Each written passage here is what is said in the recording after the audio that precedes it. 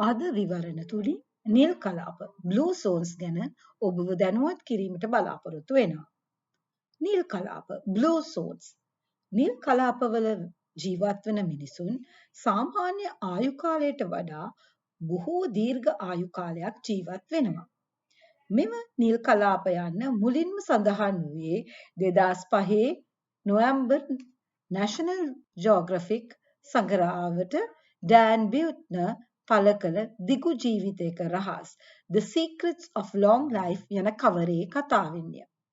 ජපානයේ ඔකිනාවා, ඉතාලියේ සාඩිනියා, කොස්ටරිකාවේ නිකෝයා, ග්‍රීසියේ ඉකරියා සහ කැලිෆෝනියාවේ ලෝමා ලින්ඩා ලෝකයේ දැනට පවතින නිල් කලාප 5 ලෙස හඳුනාගෙන තියෙනවා. නිල් කලාපවල වෙසෙන මිනිසුන් අනෙත් අයට වඩා සෞඛ්‍ය සම්පන්න සහ දීර්ඝායුෂ ලැබීමට හේතුව විවිධ සාක්ෂි මගින් අනාවරණය වෙලා තියෙනවා. නිල් කලාප පිළිබඳ සංකල්පය වර්ධනය වූයේ ජියානි පෙස් සහ මිෂෙල් පෝලයින් විසින් කරන ලද ජන විකාශන කටයුතු ඩිමෝග්‍රැෆික් වර්ක් තුළිනි.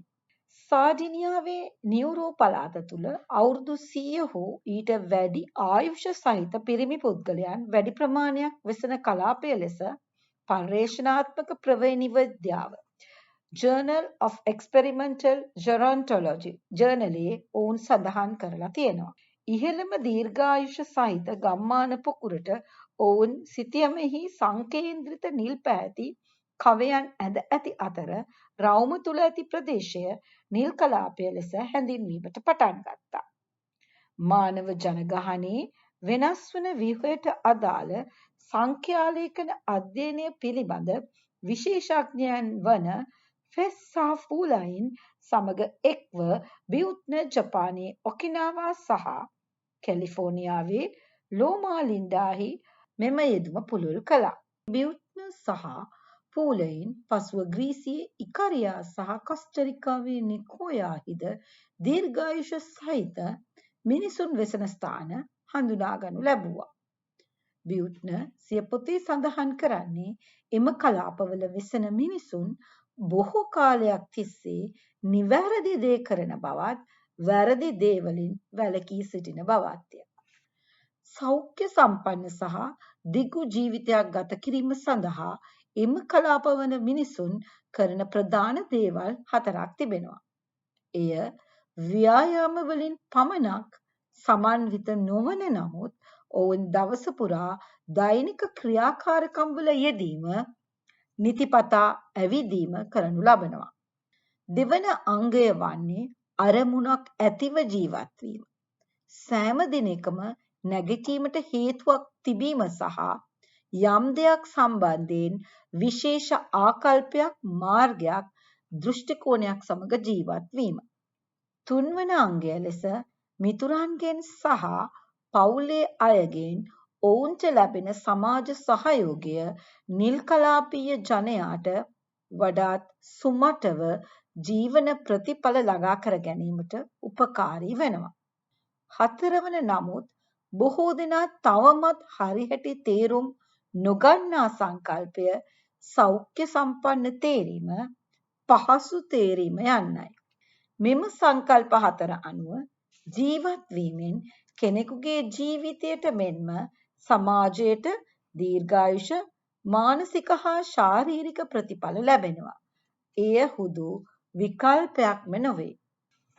ඉතාලියේ සාඩිනියා 1996 සිට 2016 දක්වා කළ පර්යේෂණ වලින් ඉතාලියේ සාඩිනියාවල විශේෂයෙන් සියුලෝහි බාබෙජියා නම් ගම්මානයේ වෙසෙන පිරිමින්ගෙන් 20 දෙනෙකු පමණ වයස 100 ඉක්මවා ජීවත් වන බව එක් ජන විකාශන කණ්ඩායමක් හඳුනාගත්තා. එය ලෝකයේ දීර්ඝතම කාලයක් ජීවත් වන මිනිසුන් වෙසෙන ස්ථානය බව සනාථ වුණා. The Islands of Okinawa, Japan. ජපානයේ ඔකිනාවා දූපත්. තවත් කණ්ඩායමක් ජපානයේ ඔකිනාවා දූපත්වල දීර්ඝ කාලයක් ජීවත් වූ කණ්ඩායමක් සොයාගත්තා. ලෝමා ලින්ඩා, කැලිෆෝනියා. පර්යේෂකයෝ උතුරු ඇමරිකාවේ දීර්ඝ කාලයක් වෙසෙන ක්‍රිස්තුස් වහන්සේගේ දෙවන පැමිණීම පිළිබඳ විශ්වාස කරන විවිධ ක්‍රිස්තියානි නිකායන්හි සමාජිකයන් පිළිබඳ අධ්‍යයනය කළා. නිකෝයා පෙනින්සියුලා කොස්ටරිකා. කොස්ටරිකාවේ නිකෝයා අර්ධද්වීපය. 2007 ජනවාරි 29 වන දින ආරම්භ වූ ක්වෙස්ට් නෙට්වර්ක් ගවේෂණයේ පර්යේෂණ විෂය වූයේ කොස්ටරිකාවේ නිකෝයා අර්ධද්වීපයේ දීර්ඝ කාලයක් ජීවත් වන ජන කොට්ටාශය පිළිබඳවයි. ග්‍රීසියේ ඉකරියා 2009 අප්‍රේල් මාසයේදී කරන ලද අධ්‍යයනයකින් පෘථුවියේ වසන අවුරුදු 90 ඉක්ම වූ මිනිසුන් වැඩිම ප්‍රතිශතයක් ඉකරියා දූපතේ වෙසෙන බව සනාථ වුණා. එනම් පුද්ගලයන් 3න් 1කට ආසන්න සංඛ්‍යාවක් 90 දශකයේ පසුවනවා. තවද ඉකරියානුවන්ට පිළිකා අනුපාතය 20%කින් පමණ අඩුයි. හෘද රෝග 50%කින් අඩුයි. ඩිමෙන්ෂියාව මතක තබා ගැනීමට හෝ සිතීමට හෝ තීරණ ගැනීමට ඇති දුර්වලතා නැති තරම්. මෙම නිල් කලාපවල පදිංචිකරුවන් සංවර්ධිත ලෝකයේ වෙනත් රටවල මිනිසුන් පොදුවේ මරණයට පත් කරන රෝගවලින් තොරව යහපත් සෞඛ්‍ය තත්ත්වයක් භුක්ති විඳිමින් වසර 100ක් හෝ ඊට ආසන්න කාලයක් ජීවත් වනවා. ලක්ෂණ නිල් කලාප ජනාවාසවල වෙසෙන ජනතාව ඔවුන්ගේ දීර්ඝායුෂ සඳහා දායක වන පොදු ජීවන රටා ලක්ෂණ 6ක් ඉස්මතු කරනවා. ෆැමිලි වෙනත් කාරණාවලට වඩා ඔවුන් පවුල් ජීවිතය ගැන සැලකිලිමත් වෙනවා. නිල් කලාපවල වෙසෙන මිනිසුන් කුඩා කල සිටම සමාජ සහයෝගය සහ පවුල් අරමුණු කරගත් ක්‍රියාකාරකම්වල නිරත වන අතර ඔවුන්ගේ තේරීම් සහ ප්‍රතිඵල ඔවුන්ට පමණක් නොව ඔවුන්ගේ පවුල්වලටද බලපානු ඇති බව ඔවුන් අවබෝධ කරගෙන තියෙනවා. එම නිසා ඔවුන් සාමූහිකව ඔවුන්ගේ ජීවිතවල සාර්ථක අසාර්ථක බව තම පවුලේ අය සමග බෙදා ගන්නවා. 2. less smoking දුම්පානය අඩුයි ඇත්තෙන්ම නැති තරම්. 3 වෙනි කාරණාව plant heavy diet legumes නිර්මාංශත්වය පරිභෝජනය කරන ආහාරවලින් වැඩි ප්‍රමාණයක් ලබා ගන්නේ ශාකවලින්. නිල් කලාපවල ඇති රටවල් බොහෝ දුරට මධ්‍යධරණී ආහාර මෙඩිටරේනියන් ඩයට් එනම් බොහෝ දුරට ධාන්‍ය වර්ග, පළතුරු, එරවලු, ඇට වර්ග, රනිල කුලයට අයත් බීජ හා කුළුබඩු, ඔලිව් තෙල් වලින් සමන්විත වන ආහාර ගැනීමට උත්සුක වන අතර වරින් වර මසුන් හා ලීන් මීට් එනම් ඌරු මස්, කුකුල් මස්, හරක් මස්, බැටළු මස් හෝ මාළු වලින් ඕනෑම දෙයක් පරිභෝජනය කරනවා.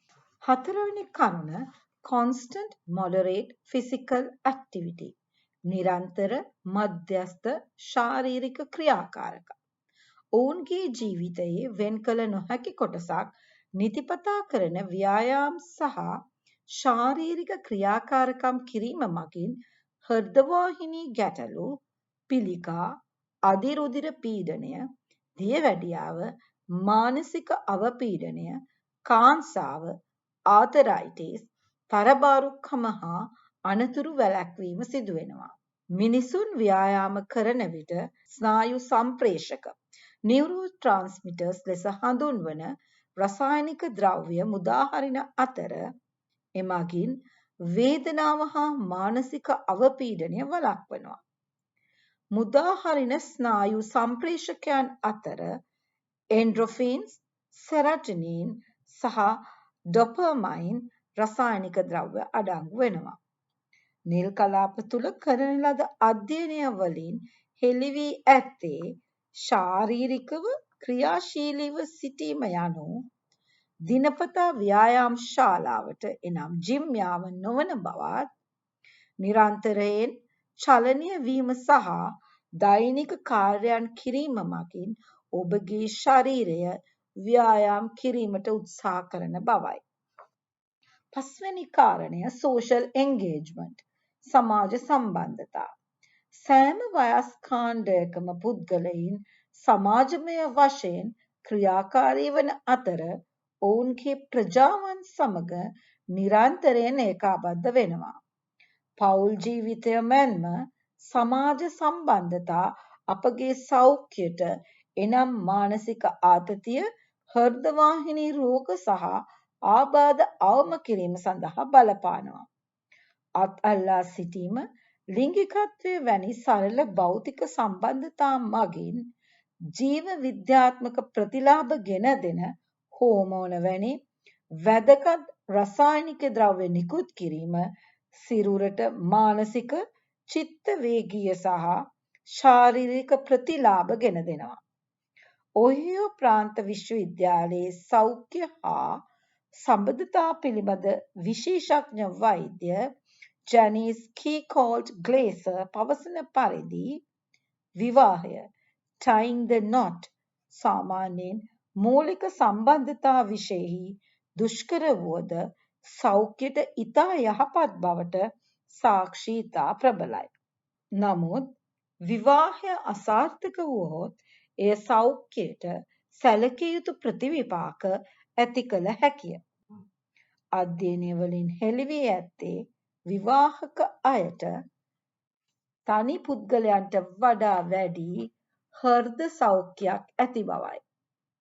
තවද පර්යේෂකයන් පෙන්වා දී ඇත්තේ එක් හවුල්කරුවෙකු ඔවුන්ගේ සෞඛ්‍යය වැඩි දියුණු කිරීම සඳහා නිරත වන විට අනෙකාද එය අනුගමනය කිරීමට ඉඩ ඇති බවයි. 6 වෙනි කරුණ engagement in spirituality or religion අධ්‍යාත්මික කටයුතු වල නිරත වීම හෝ ආගම. ආගමික සම්බන්ධතාවය අධ්‍යාත්මිකතාවය වඩා හොඳ සෞඛ්‍ය ප්‍රතිඵල. එනම් දීර්ඝායුෂ කුසලතා සමග කටයුතු කිරීම සහ සෞඛ්‍ය හා සම්බන්ධ ජීවන තත්ත්වය ලබා දෙනවා. වෙනත් වචන වලින් කියනවා නම් තම ආගම සමග ලැදියාවෙන් කටයුතු කරන පුද්ගලයන් අන් අයට සේවය කිරීම සහ අන් අය ගැන සිතීම වඩා වැදගත් ලෙස පිළිගන්නවා. නිල් කලාපයේ ජනතාව අර්ථවත් ලෙස ජීවත් වන්නේ ජීවිතයේ සාර්ථකත්වයට හා අසාර්ථකත්වයට විවෘතව සිටීමටයි. එනම් වඩා හොඳ සහ සාරවත් ජීවිතයක් සඳහා ප්‍රතිඵල සපුරා ගැනීමටයි. ඔකිනාවන් වරු නිදසුනක් ලෙස ඉකිගයි වීමට හේතුවක් යන සංකල්පය භාවිතා කරනවා. එනම් ජීවිතයේ දිශාවක් හෝ අරමුණක් තිබීම. ඉටුවීමේ හැඟීමෙන් ලබා දීම සහ පුද්ගලයා ක්‍රියාමාර්ග ගත හැකි ආකාරය ඔවුන්ට තෘප්තිය සහ අර්ථය ලබා දීම එහි තේරුමයි.